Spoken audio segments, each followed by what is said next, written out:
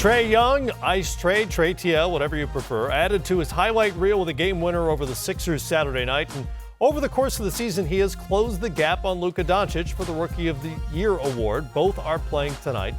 Luka has advantages in most statistical categories, and because Trae struggled early in the season, Doncic also had a head start. So in your minds, given what Trae has done here post-All-Star, how much closer is he to having a shot at this thing? I don't think he's closer. I think it's Luka's award. He's been consistently himself over the course of the year. I think he's at an advantage. I think, and me and Griff talked about that. He's in an advantage because he's played professional basketball longer. Right. And in some sense, he's a newcomer rather than a rookie.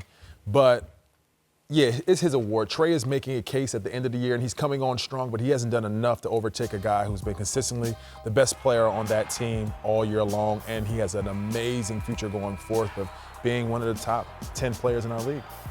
Yeah, I think, and you touched on it, I think this is another good example. Last year was another case.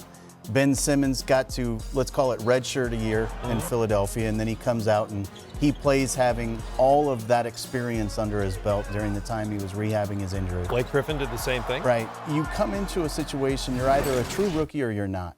Trae Young is a true rookie. True. Luka Doncic was the best player on the best team in the best league outside of the United States. He came into this already an MVP of a professional league playing against grown men. This is not a rookie. Right. This is a guy who had a huge head start in the process. Yeah. He should have been better from the very beginning because he's been playing against grown men. Right. And so this is a really interesting thing for me. I've said the same thing about the MVP award. Let's have an Offensive Player of the Year and a Most Valuable Player like the NFL does. Why wouldn't we have a Newcomer of the Year award, which would take into account when the best newcomer happens to be Jorge Garbajosa, and he's 30 years old from Unicaja, Spain. You can reward Garbajosa, and then you can have a Rookie of the Year. It's a fascinating dilemma, but if we're going to call it just the rookie, it's Luka. Right. First of all, I love that Jorge Garbajosa has made it into the show. Right? Right. I mean, that's pretty spectacular.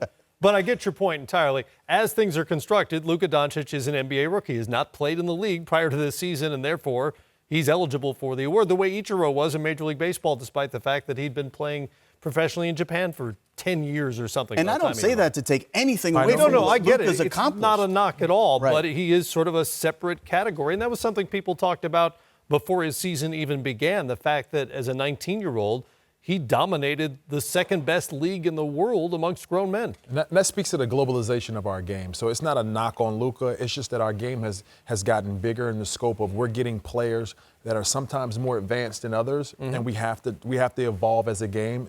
The NBA has to bring in a different consideration to make these categories fair for the people that own the titles. And with these Euro guys, you do occasionally get 30-year-old rookies coming in and playing, whether they're as good as Doncic has been or not. They're there and they're technically rookies.